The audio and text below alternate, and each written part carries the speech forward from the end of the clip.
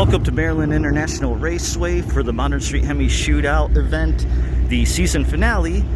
So this is 1,300 miles from home. I was not planning on coming here, but I did because after Detroit and winning in Detroit, we're in a hunt for championships. Now I'm going to show the standings here really quick. So we have two classes, 11.5 class. I am in second place, but 9 points behind the leader. I have no shot at that season class championship because all he has to do is make one pass and he's clinched it. But of course I can still win the event, so there is that. And then bracket class, I am tied for third place, but about, I believe, I can't see it right now, but you can, 8 points behind first. There's more points available to get in bracket class, so that one, there is a slightly better chance of me winning the season championship for that class. Still unlikely, but of course, again, I can still win the event. But what's really important is this King of Kings. That is the series championship for the season. That's all points from all your wins, all your classes, and I've done good enough between bracket and 11.5 that I am in first place by one single point, and it's basically a two-person race, me and Ron with a 64 Dodge. Third place, he only runs one class, he has no shot, and everybody else would literally have to win everything, and me and Ron would have to basically lose everything for them to have any chance. So essentially, again, two-person race. But anyway, we're here in the tech line, we're about to move up, so let me get tech, and then I'll see you in the staging lanes for. All right, it calls for first time trial for bracket really quick. I did do some different, so I'll explain in the car, but let's just say, yeah, that's involved. So we're in the staging lanes for first time trial bracket, and look who's behind me. That is the number 2 spot for King of Kings. That's basically who this King of Kings championship is against. Me and him. 64 Dodge with a Hellcat motor underneath there. Nice car, but very consistent, so definitely going to be very, very tough for me to pull this off.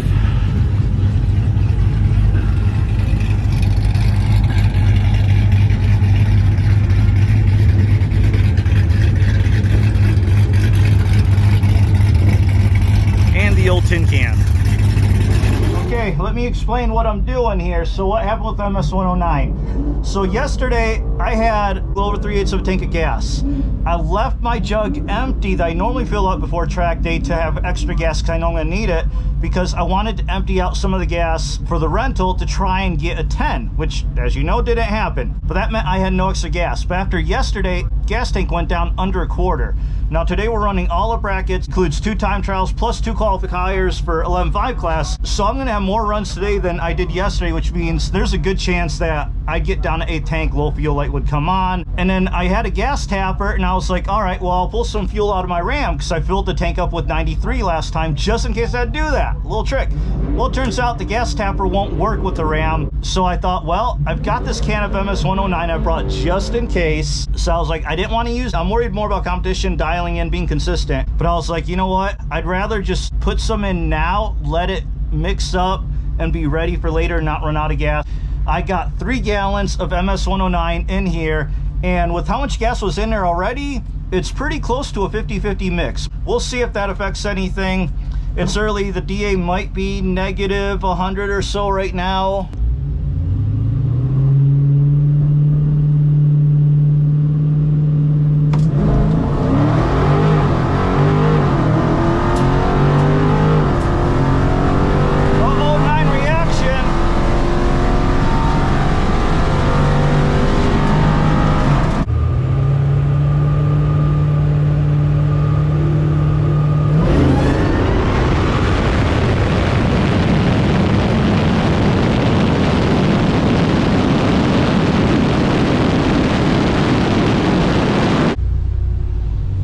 You 1133 at 120, a 172/60 foot. Now granted, I did accidentally go deep on that, so I didn't want to go deep, but look at that 0.009 reaction time. 60 is so far off, it's ridiculous. We're doing second time trial for bracket class, and I have everything in drag, but I put engine trans down to norm because we're going too fast anyway, so we're all good.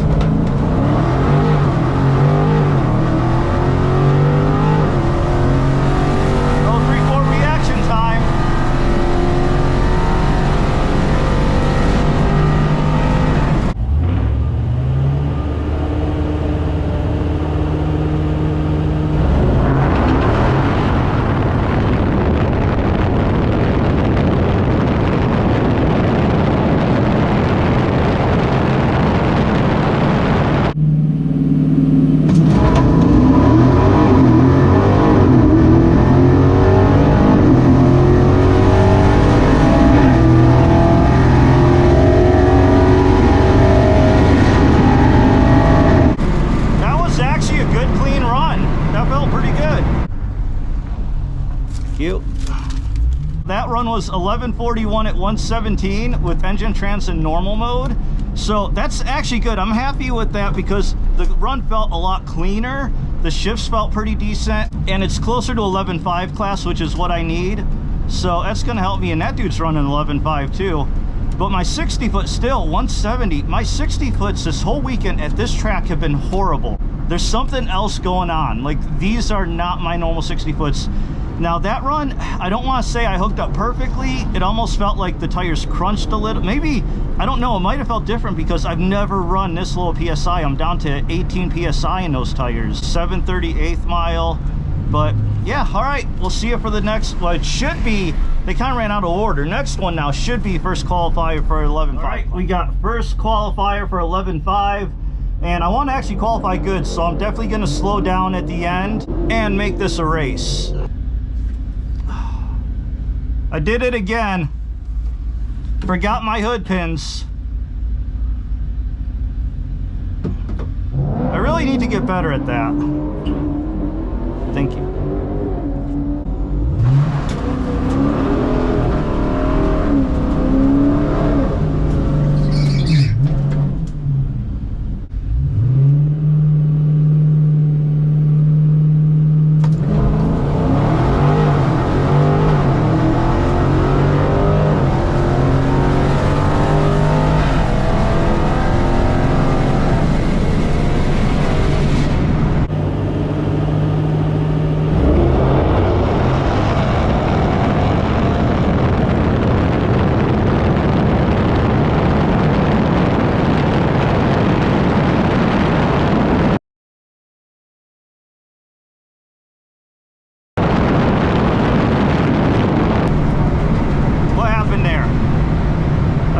The brakes too early, but I'm not 100% sure. I feel like we both would have broke out though. We were both racing. I know I've been running fast in 11.5. Cute. I'm right lane.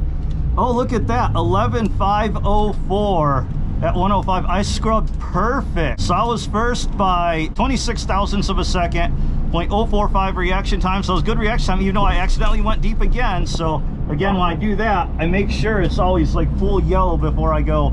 171 60 foot, so again, 60 foots are off, 732, everything's been off, but 11.504, so that's good for qualifying. We've already done both of our bracket time trials, so next up should be second qualifier for 11.5, and then we'll go into bracket eliminations. All right, so we're going back up the staging lanes. They did not, well, actually they're calling first round of bracket, but they specifically called out, said, car number 1156, you have the wait and see by, report to lane number 9. So that's where I'm headed, to lane number 9 right now. So that has to be my first time trial where I hit a 009 reaction time. For those who don't know, basically it's wait and see. So it just means if there ends up being an odd number of cars, then I get the buy. If it ends up being even, then I still run somebody, but I have to wait and see. So see in a little bit, and we'll wait and see what happens. While we're waiting, see, I'm going to give you a little bonus footage because right there again, number 2, King of Kings, right behind me. So we have a huge vested interest in this race. So it's going to be 913 dial in right lane, 1174 I think that is in the left lane. So the left lane is going to take off quite a bit early. So even one.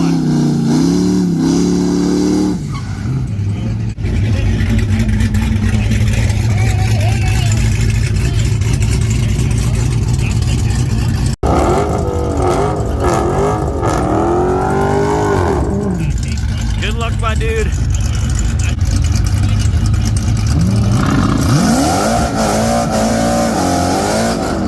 Let's see what happens here.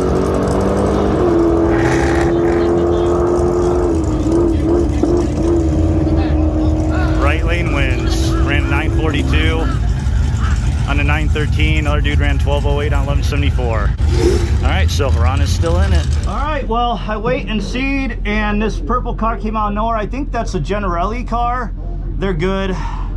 So not only that wait and see hurt me, I'm going against somebody that's really good and a lot faster than me, which is gonna make it a lot harder to work the stripe. Let's just say, even though as good as I've done, I've qualified, I I really am going to be the underdog in this race. I'm kind of upset right now that this dude who's really good waited to the last second to come out, because it's random pairing otherwise, and I just have to get paired against very tough competition.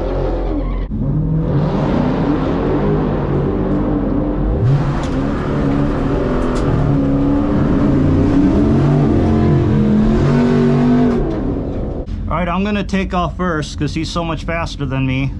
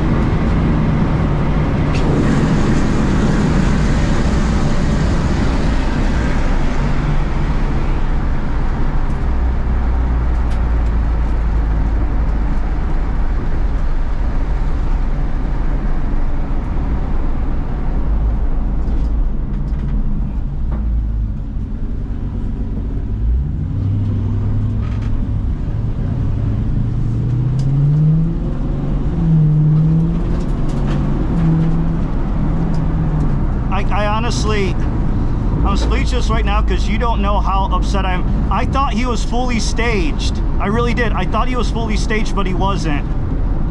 And I just rolled through.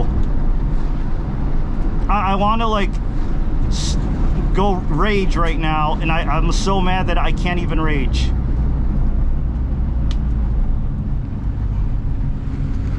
There you go, boss. You rolled through the beams. Yeah, well, I thought he was staged and he wasn't. So that's, I'm so mad.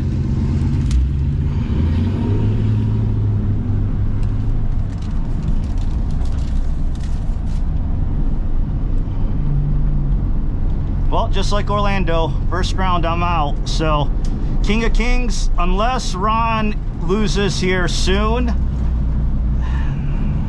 yeah, that's, I don't know what to say. They didn't give me my time because I rolled through. Did you catch Generali? Yeah. I'm at the point of I'm so mad that I can't even like Get the bye, but it didn't work out because he was last in line. All right, they just called 11:50 to the lanes for second round of qualifying. Honestly, I'm still so upset over what just happened. I'm like almost not in the mood to do this. I almost just want to pack up and go home, but I know again, because again, the King of Kings is probably not going to happen. I still shot at 11.5, but so I guess you know, obviously I'm going to stay for that. I'm not that kind of a sore loser that I'm just going to pack up and go. But I'm just not in the mood for this right now. I'm just like so upset right now still. Whatever, but it is what it is. All right, I'll see you when we're burning out. Here we go, 11:50 qualifier number 2.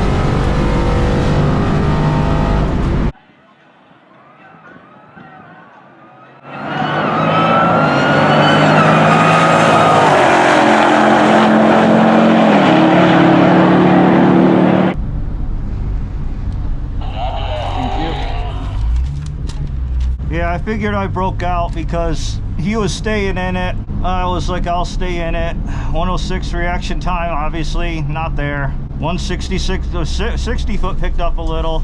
731 8th mile, so 1143 at 118. I was staying in it the whole way, and included a bad shift. Anyway, that's gonna be day one. I don't know how if they do combination of the two runs for qualifying or just the best one, because obviously 11.504 the first one. But that's it for me for day one, so I'm on the sidelines till tomorrow, so see you then. All right, bonus coverage. Here is Ron, who I keep talking about. He's the competition king of kings, so we're just gonna see what he does. Beat out in 9:13 against 13:0 in the Durango.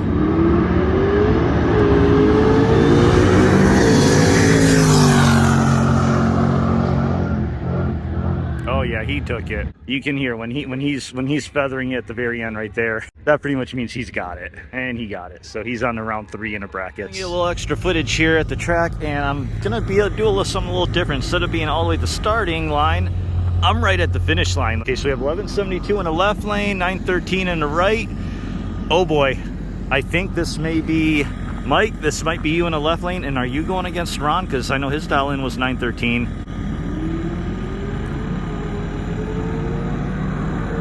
It is. Come on, Mike, you can do it. Come on, come on, come on. Come on. Oh, Ron took the win. 923 on 913. Oh, he broke out. Okay, well, Ron is on to the next round. Next pair, 1251 dial left lane, 912 right lane.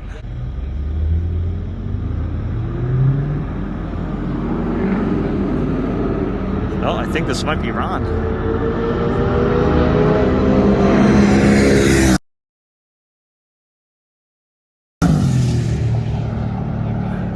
Right lane wins it, unfortunately for me. So that was a quarterfinal, which means there are 4 cars left, which means Ron has officially placed in bracket, which means he gains at least 1 point for King of Kings, which means we are now tied for first place. And if he goes any further, well, he's gonna take the lead. All right, here we go, semi-final bracket. 945 left lane, 1165 right lane.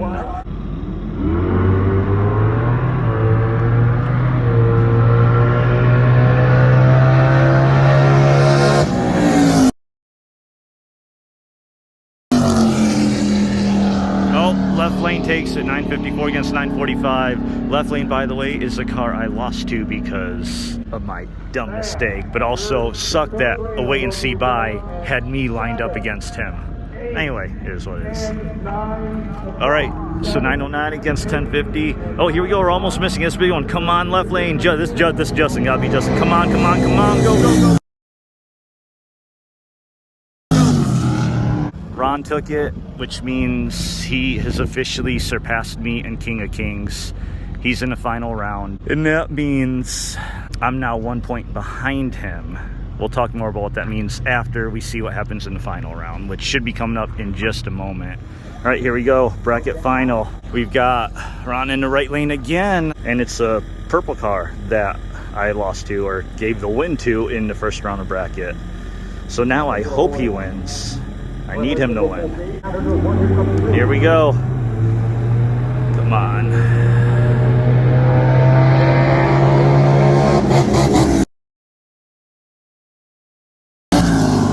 Yes! Thank you. Oh, okay, that makes it. We just watched the final run. I just want to go over where we're at with the points competition. So basically, with Ron losing in the finals, he still got 2 points. That put him 1 point ahead of me in King of Kings, so I'm now in second place. However, it is still my race to win, my series championship to win, because here's how it plays out. If I win 11-5 and I go all the way and win King of the Hill, I will earn 6 points. Now him, if he wins his class 850 and he meets me in the final round of King of the Hill, but I win, then we will actually end up in a tie, because I'll have 6 points and he'll get another 5 points on top of it. So that would put us in a complete tie. And then they already posted the rules for tiebreakers. First tiebreaker is the person who has attended the most MSHS events, and that would be me, because I only missed Virginia. That's it. I've been to every other MSHS race, whereas he actually missed 2 of them. So if that happens, we end in a tie, I win. Obviously, if he wins 850, I win 1150, and we get to the finals of King of the Hill, and he beats me King of the Hill and I lose, then he just flat out wins King of Kings.